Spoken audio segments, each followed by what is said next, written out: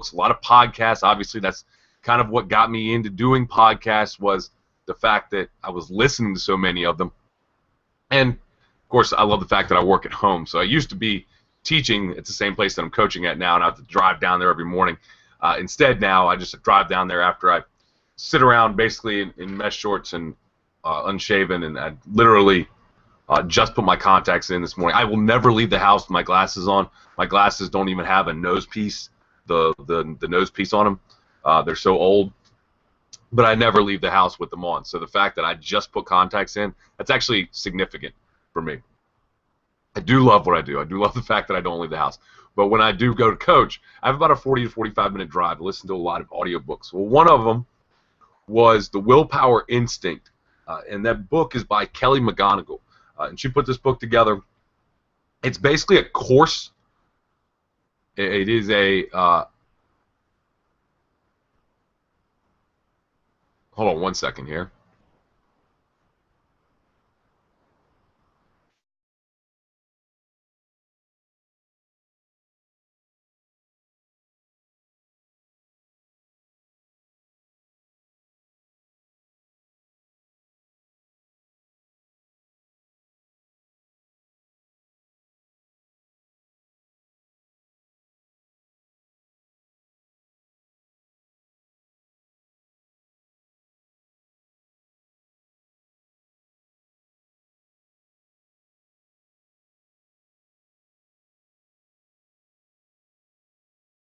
To it.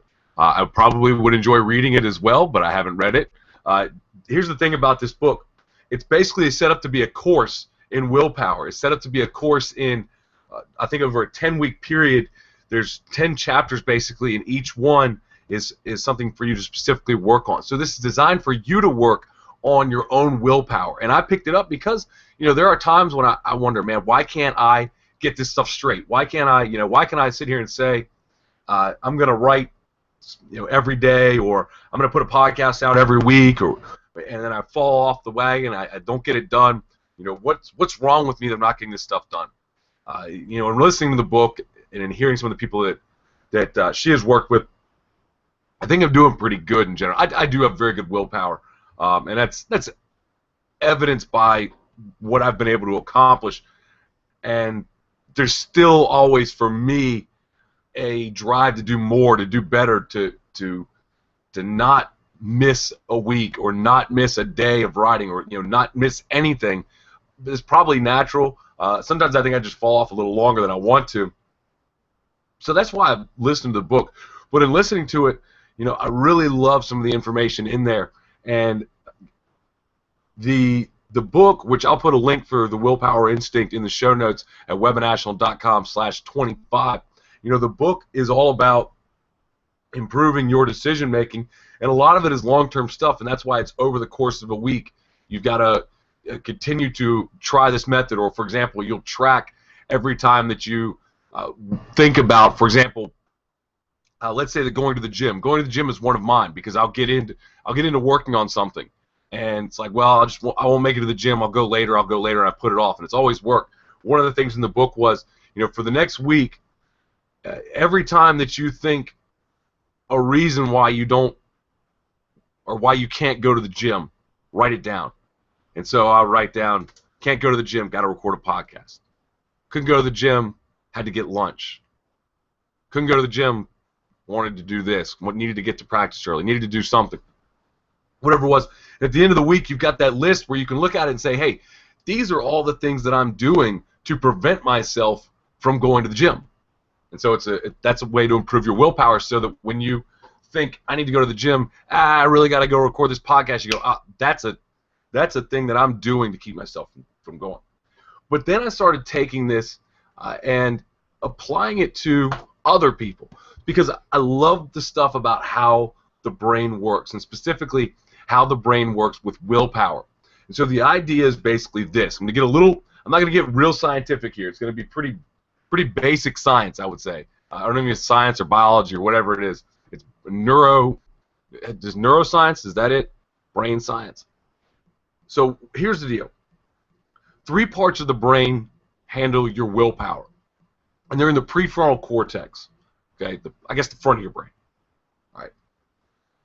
basically, here's what happens to people without that prefrontal cortex. Kelly tells a few stories throughout the book, and she talks about people who have had injuries and damage where that prefrontal cortex was no longer operating, and they just do whatever they want. They say what they want. They do. I want a piece of candy. I get a piece of candy because I'm not considering the health ramifications. Or I think that dress looks ugly on you. Hey, that dress looks ugly on you, because it never occurs to me that that would be something that's mean and would hurt your feelings and all this kind of stuff.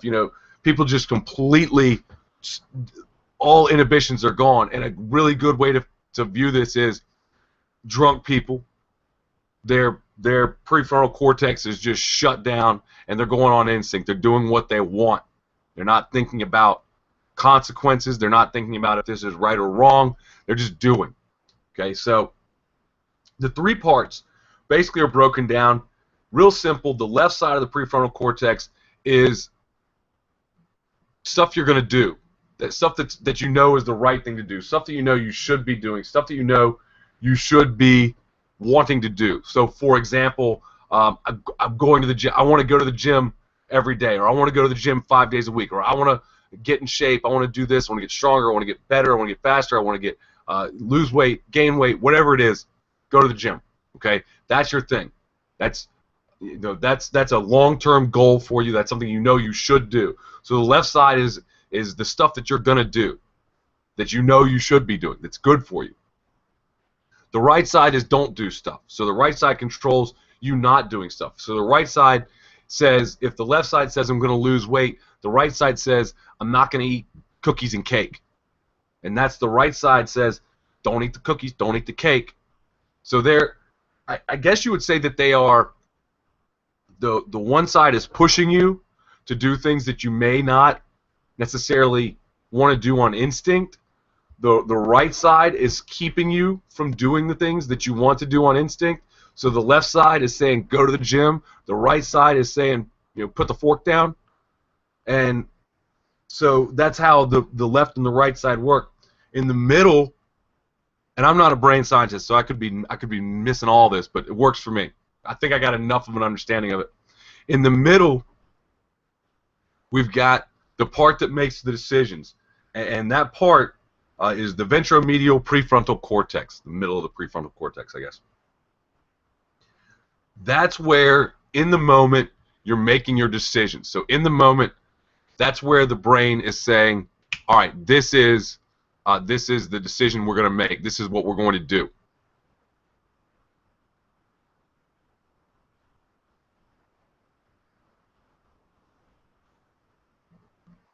And so what we want to find from here is how that part of your brain is managing to talk to how the left side and the right side, and then the part of your brain that's just saying, I want to do this because donuts taste good, so I want donuts. How that part of your brain works with the do stuff that's good for you, part of your willpower, your prefrontal cortex, the right side of your brain that don't do stuff because it's bad for you. These are dealing with long-term goals. So those long-term goals, things that you want to accomplish, are often in direct conflict with things that you want to do. Okay? I want to write a novel. I got a full-time job. I want to write a novel. To do that, I'm going to get up every morning at 5 a.m. and write for an hour. At 5 a.m., that part of your brain that just wants to sleep a little longer has got to deal with the do stuff, the left side of the prefrontal cortex. Okay? Or the right side, the don't sleep inside, I guess you could say too. How all these work together. So people who have good willpower, the people we say, man, that guy is always on. He is driven. I saw something today. It was on Twitter, and I don't remember who posted it, but this is my football-related side of things. J.J. Watt, who is a Pro Bowl, probably the best. I think he was voted the best player in the NFL for the Houston Texans. Somebody asked J.J. Watt, who's very, very committed to his football career. That's why he's voted the #1 player in the NFL. It's from a defensive end position. You'd think he'd be a quarterback or something else. I mean, he is the top of his profession. He's not a really good doctor. He's not a pretty good police officer. He's not. He is a few hundred people in the NFL, some like 755 players in the NFL, which off the top of my head, and he's the best out of those. And there's who knows how many millions and millions, 100 million people that would like to have that job. So they asked him, do the other guys in the locker room, or do the other guys in the NFL, or do just people around you, do they ever kind of joke on you because you're so committed to football that you don't have much of a personal life? He spends all of his time working out. And his response was basically that I have a very short window, and in the NFL, your window is very, very short. At best, you're talking a 10-year career. That means if you go into the NFL at 22, at 32, it's over. You're done. Most guys by 30 are done. Most guys, I think the average, the lifespan is like 3 years. It's probably shorter than that, truthfully, if you take into account all the guys who don't make it. But even for somebody who makes it, it's like 3 years. And his point was, I have 10 years to be committed to this job, to do everything I can. My job right now, and to make millions of dollars, in the next few years. My job is to work out, be at practice, work hard, be in shape, take care of my body. And then when I'm 35 years old and it's all over, I can sit around and drink beers all day and do whatever. But that takes a tremendous amount of willpower. And so these guys who have this ability, those are people who have a tremendous amount of coordination between the left and right sides of the prefrontal cortex that are saying, this is what I'm going to do, this is what I'm not going to do to reach my long-term goals. The coordination with that and the ventromedial prefrontal cortex, that middle part that is making the decisions in the moment, that is saying, no, I'm not going to have that cookie. I'm not going to have that beer. I'm not going to go out. I'm not going to sleep in. I'm going to get going towards this goal. I'm going to get going towards accomplishing something. How does this apply to your webinars? How does this apply to boosting your business, building your business, making more profits, getting more people to listen to you, getting more people to hear your message, helping more people? How does all that apply? Here's what a lot of sales marketing people, and I knew when I started this podcast, I said this is a webinar marketing podcast. Marketing is this bad word. On marketing, you're trying to trick people. Sales, you're trying to sell people, trying to get them something they don't want. It's not what I want to do. It's not what you want to do. That's not what anybody wants to do. But some people get so, I would say they might have a little willpower issue. They get so caught up in making money that they stop caring about the people. And so here's the thing. If you're just trying to sell based on tricking people, and here's who's selling to trick people. Lose 7 pounds in an hour. Cut 3 inches off your waist. Make $1 million in 15 minutes. That's instant gratification stuff. That is tricks. And that is mostly lies, because none of those things are really, they're not impossible, I suppose, but they're not likely. And the only people that you are getting with that type of strategy, with that type of tactic, the only people that you are tricking when you market that way are people with low willpower. They're the people who don't have a highly functioning coordination within their prefrontal cortex. Why are we marketing? Why are we marketing to the people whose brains aren't functioning right? That's not who I want. That's not who I want to bring in. And I'm not saying that if you've ever bought one of those products, that doesn't mean that your brain's not functioning. It's possible to look through that and make the decision on your own and say, you know what, this person has a really good product, really bad marketing. But at the same time, there are times when our brain just shuts down.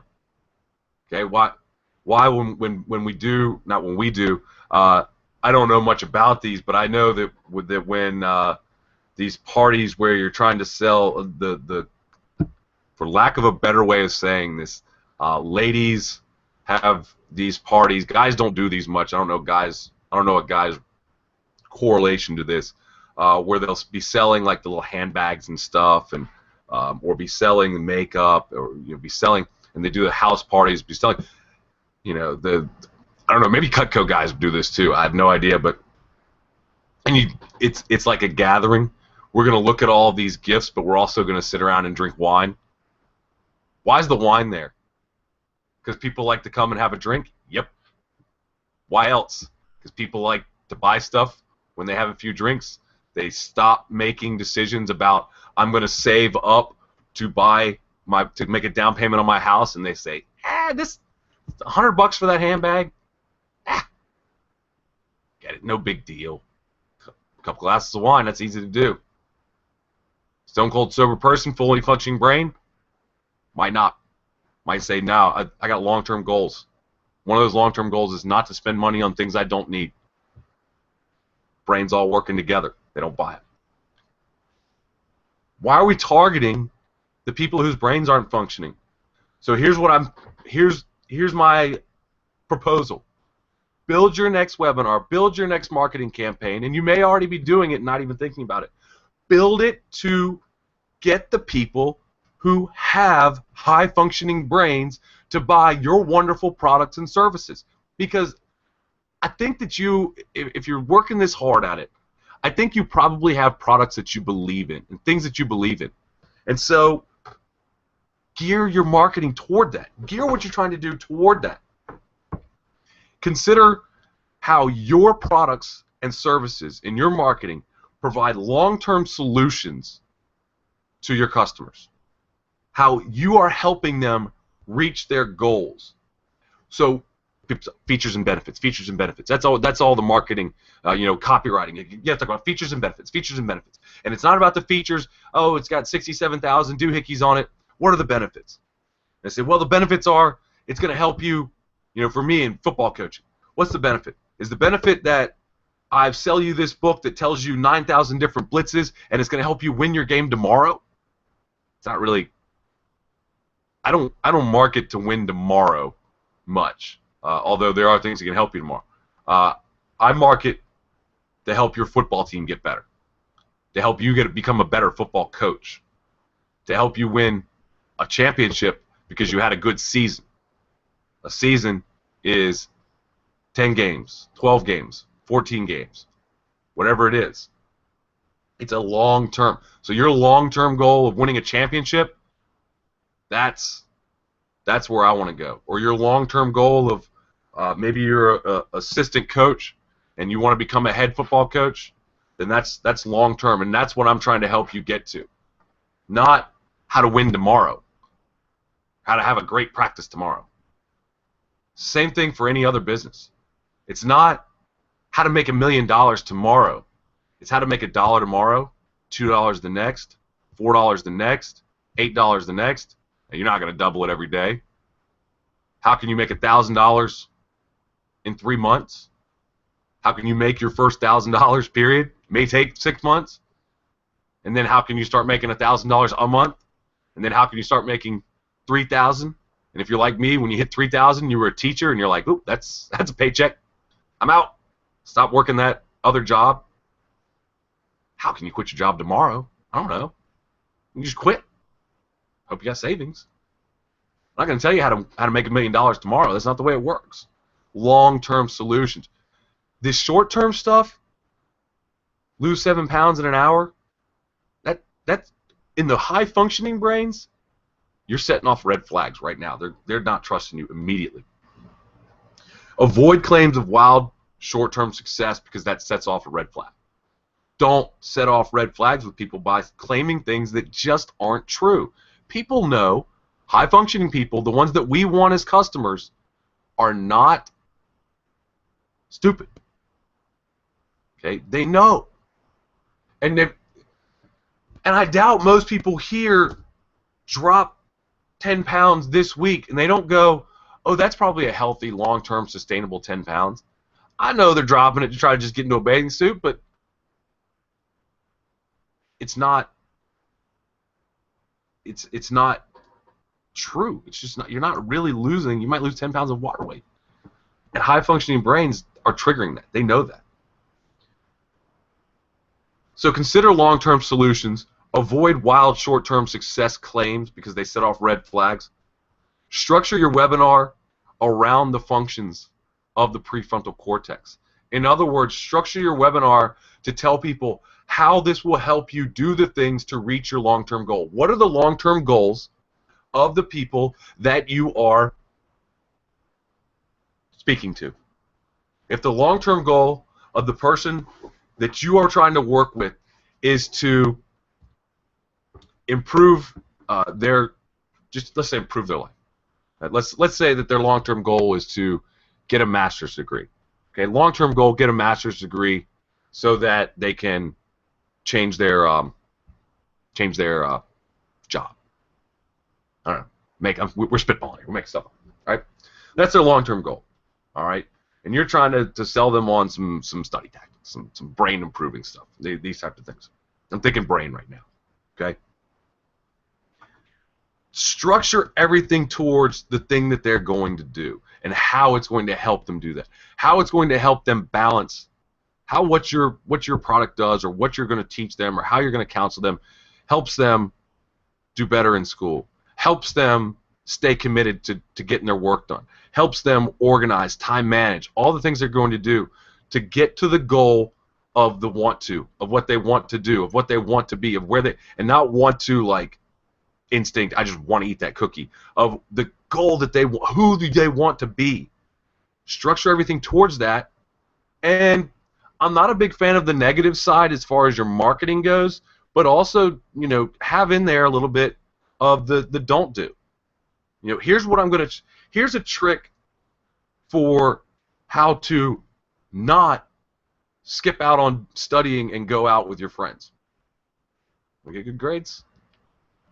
Here's how to do it. You want to balance your kids and your work and your career, or your future career, the work you have now and the education that you want to get to where you want to be. You can't go out partying all the time. So here's a trick to keep you from doing that. I don't know that trick, but